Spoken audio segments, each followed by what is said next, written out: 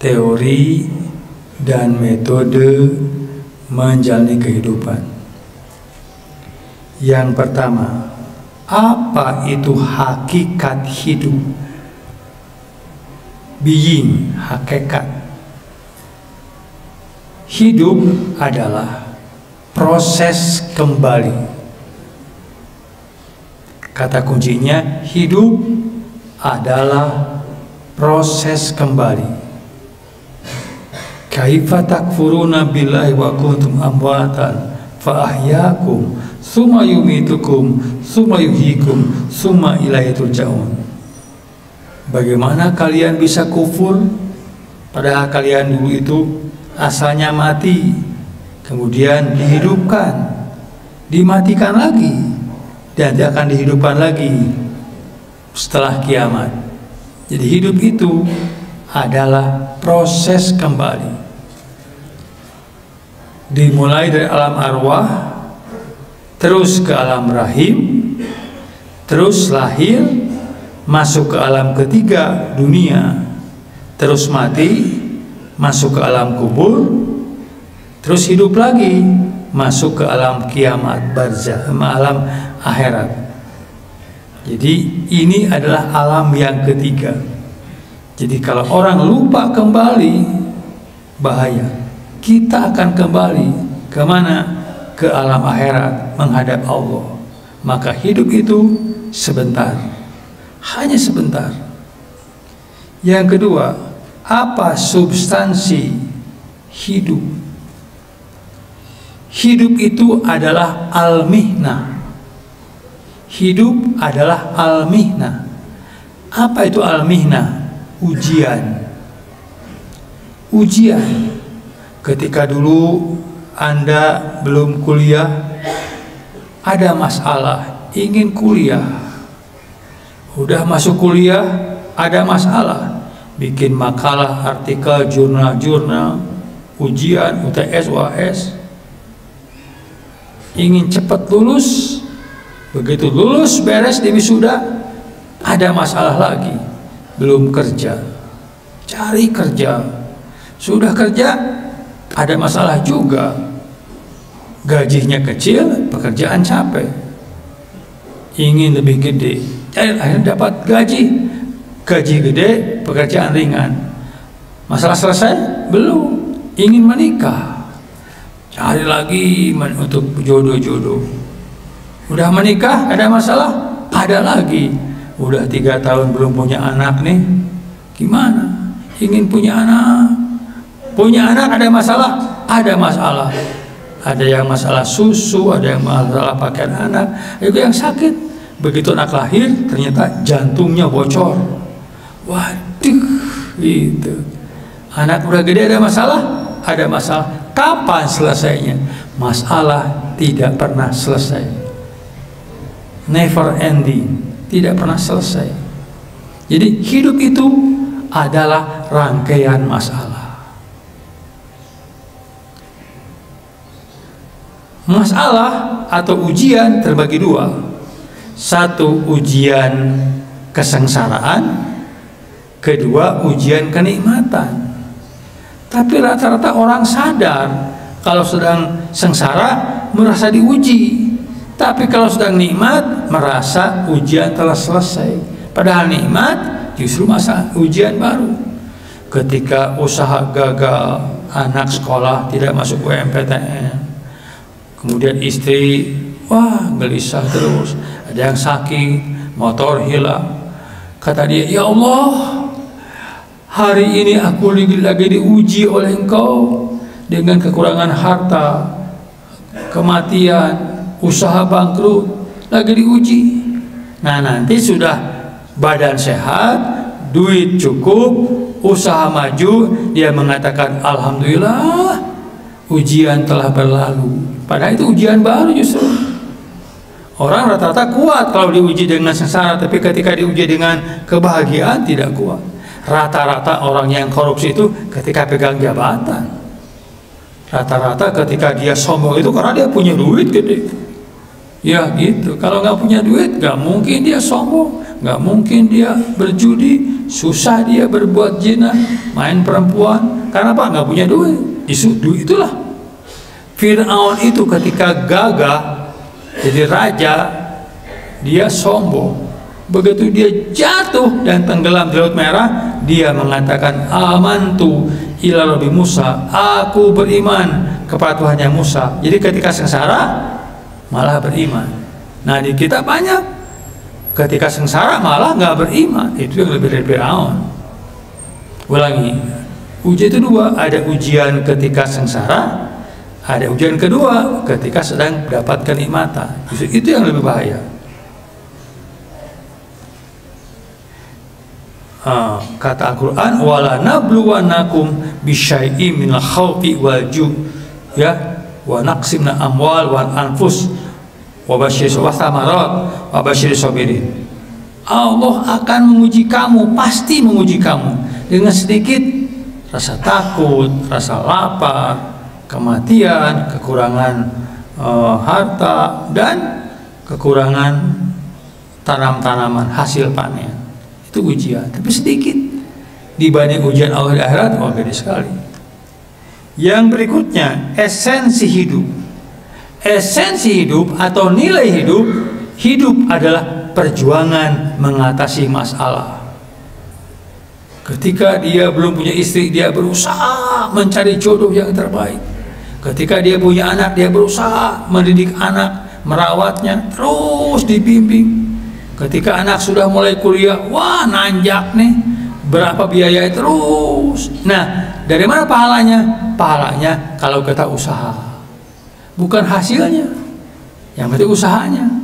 Jadi hidup itu adalah nilainya apa? Perjuangan. Kalau nggak berjuang, tidak punya nilai. Adapun berhasil enggaknya, urusan Allah, bukan urusan kita. Yang penting kita usaha. Ketika anak ingin makan, ayo keluar rumah, cari usaha. Ketika kontrakan habis, ayo cari rumah, cari uang, kontrak rumah. Itu berusaha. Hidup mati itu ya kadang-kadang kepala jadi kaki, kaki jadi pala. Ya udah, itulah pahalanya. Jadi sungguh bahagia orang-orang yang seperti itu, berjuang mengatasi masalah. Itulah hidup. Kalau nggak ada perjuangan, hidup tidak punya mana. Berikutnya, apa hidup itu betul mengatasi masalah? Apa kata Al-Quran? Rabbana wala tuhammilna ma la taqata bi. Ya Allah, jangan kau berikan kami beban di luar kemampuan kami. Nggak mungkin lah Allah menguji kita dengan beban terlalu berat. Seperti anak SMP. Anak SMP ujian, ya soal SMP, soal SMP lah. Tidak mungkin anak SMP diuji dengan mata kuliah S2, nggak mungkin. Ya, yang paling berat itu Nabi. Nabi itu paling berat diuji oleh Allah. Wah, dihina, bahkan dibunuh. Seperti Nabi Ilyasa, Nabi Yahya dibunuh. Yang kedua setelah Nabi itu ulama. Ulama itu banyak dihina, banyak difitnah, banyak ABC, wah banyak sekali. Tahan ujian. Dan umat semuanya pasti diuji oleh Allah. Yakini aja ujian itu adalah memang untuk menaikkan kelas. Jangan begini berdoanya, ya Allah jangan kami jangan diuji. Salah. Bukan begitu. Ya Allah jangan kau uji kami dengan ujian di luar kemampuan kami. Boleh. Kalau nggak mau diuji, ya nggak naik pangkat atau nggak naik kelas. Jadi hidup itu adalah ujian. Perjuangan mengatasi masalah adalah ibadah. Nilai esensi. Kemudian apa targetnya? Alladzi khalaqal mauta wal hayata liyabluwakum ayyukum ahsanu amala.